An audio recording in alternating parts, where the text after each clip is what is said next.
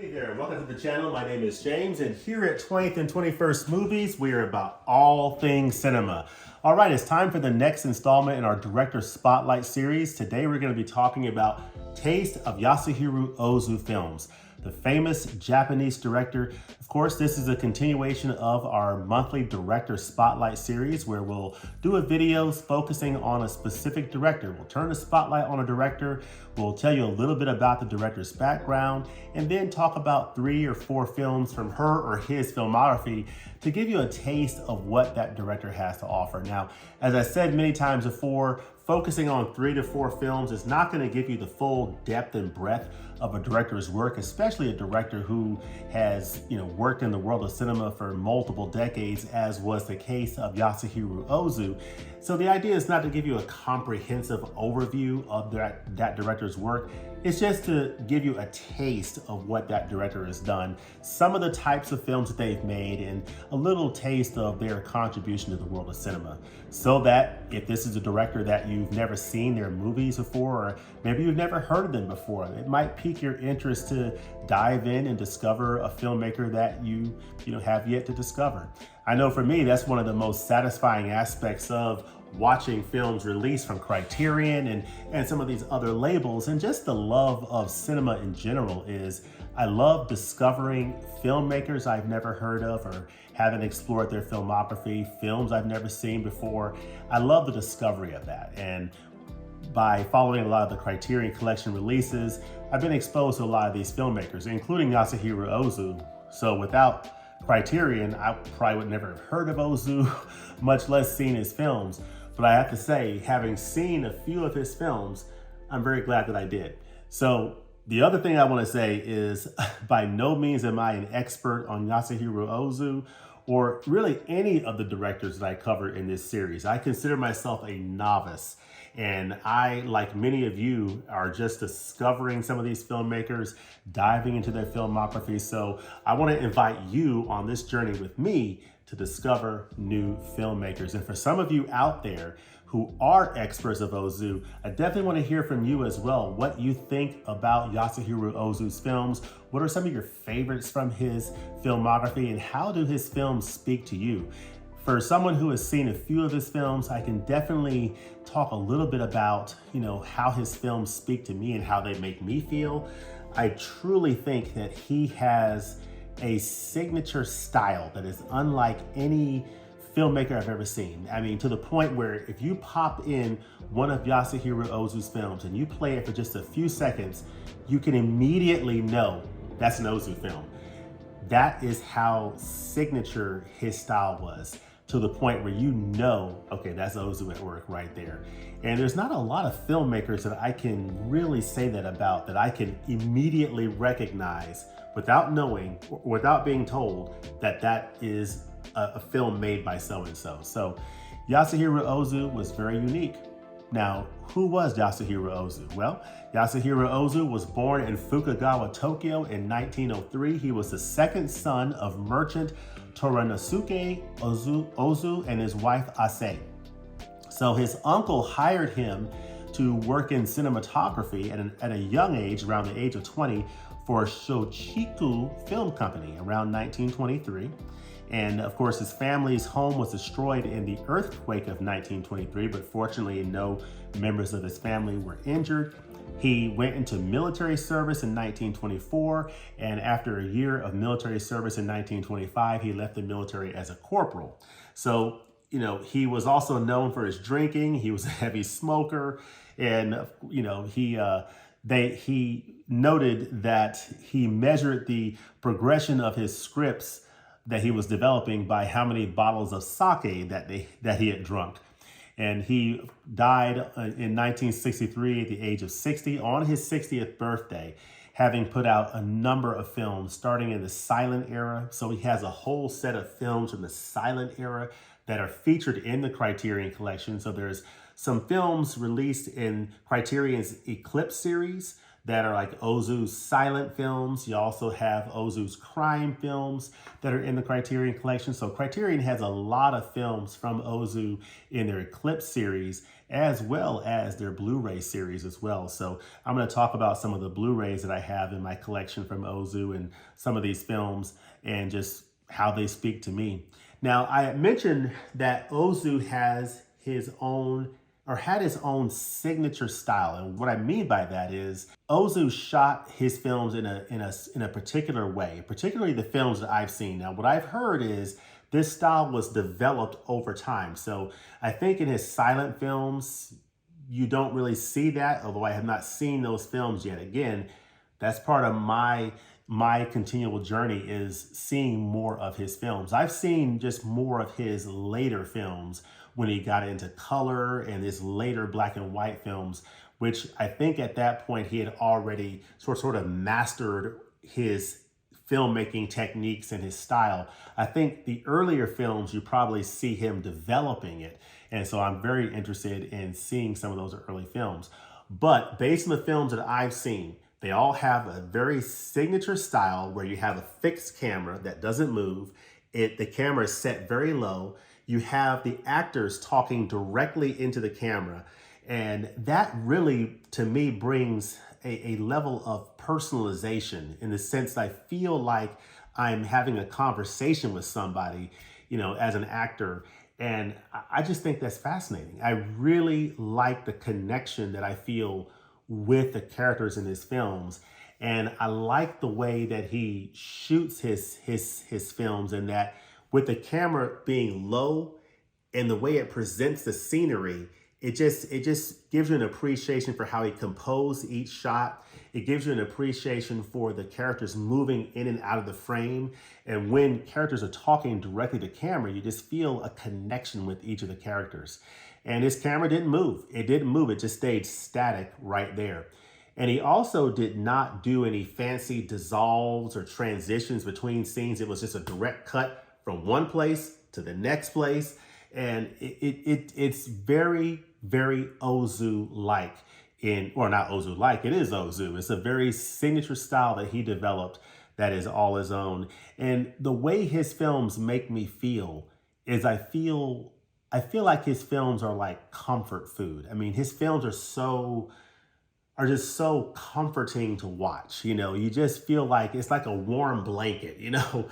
His films don't have like a lot of action or fast paced. The films that I've seen of his are really more family dramas that deal with the very complex dynamics of multiple generation families. So the relationships between fathers and daughters, whether it be fathers who are trying to marry off their young daughters, relationships between parents and children, older parents who are aging with their younger children who are now working and may or may not have time for them. Just all of the multi-generational dynamics of family life in Japan is what his films are really about. And they're presented in a way that's very peaceful and serene, but really communicate the essence of family life in Japan. So I think his films are just extraordinary. They're comfort food. They're not the types of films that you watch if you are in the mood for like something that's more action oriented and energetic. If you're into that, save the Ozu films for a time when you want just more of a comfort food or relaxing watch. That's when it's time to sit down and enjoy and partake in Ozu films. So I've got 4 films I'm going to talk about here very briefly, and they're all films I have in the Criterion collection. And I want to hear what you think about these films and what some of your favorites are from Yasujiro Ozu. So the first film is from 1949. It is Late Spring, a film by Yasujiro Ozu.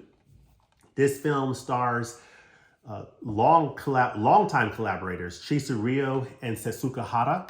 So that'll be something you'll hear a lot with Ozu. He collaborated with Chisurio and Setsukahara on many of his films. They starred in a lot of his films. I don't know the exact count, but they appeared in a lot of Ozu films. You have a film by Yasujiro Ozu, Tokyo Story. Again, Chisurio and Setsukahara also appeared in this film. This is from 1953. An amazing film. This is one of the best films ever made. This actually is in the top 5 of the Sight and Sound survey that just came out and is highly regarded as one of the greatest films of all time. So, Tokyo Story, beautiful film. This is a comedy from 1959, Good Morning, about kids going on a speaking strike until they get a television set in the house. And just other neighborhood drama in this film by Yasujiro Ozu from 1959. And then Yasujiro Ozu's last film that he made, of course he died in 1963. This is the 1962 film, A Wonderful Farewell from Yasujiro Ozu, An Autumn Afternoon. This is a beautiful film, just a beautiful film. And if I were to sum up all these movies, really the best way I can put it is all of these films deal with just the dynamics of family life in Japan.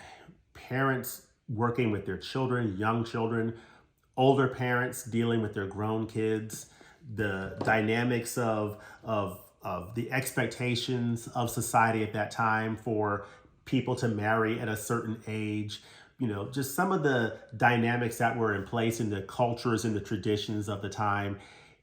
It's just a fascinating journey watching these movies from Yasujiro Ozu. They're just peaceful, beautiful films that they're just a comfort food for me is the best way I can describe it.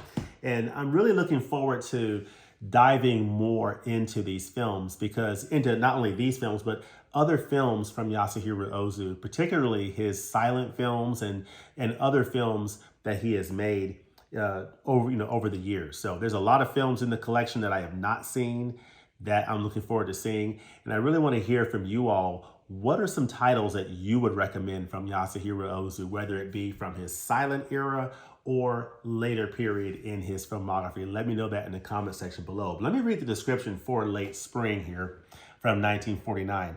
It's one of the most powerful of Yasujiro Ozu's family portraits. Late Spring tells the story of a widowed father who feels compelled to marry off his beloved only daughter. Eminent Ozu players Chishu Ryo and Setsuka Hara command this poignant tale of love and loss in post-war Japan, which remains as potent today as ever and a strong justification for its maker's inclusion in the pantheon of cinema's greatest directors. So that theme of a father compelled to marry his daughter is also repeated in his last film here, An Autumn Afternoon. So you'll see a similar theme there, but slightly different story. This film is in black and white.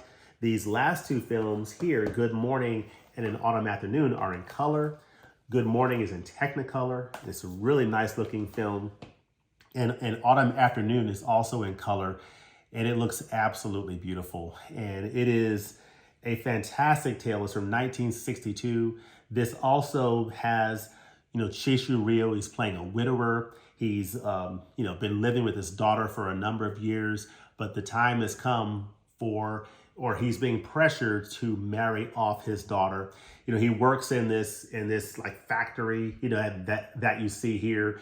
And so you see the dynamics of how they arrange, to meet with this family and, okay, you have a son, your son and my daughter to perhaps come together. And you see all those dynamics play out. And it's just a fascinating story of family life in Japan, as all of his other wonderful films.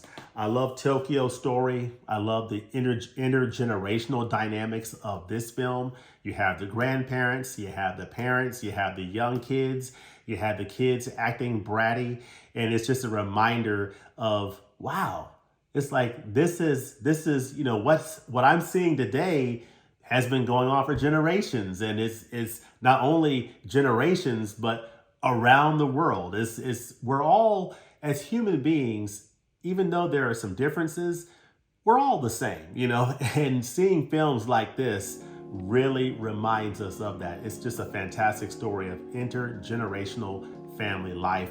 There's a bit of sadness to this in the sense of, the realities of life when you get older and having grown kids, and the balancing of priorities of taking care of your elderly parents and also meeting the demands of modern society. So This is a fascinating film. Love this film.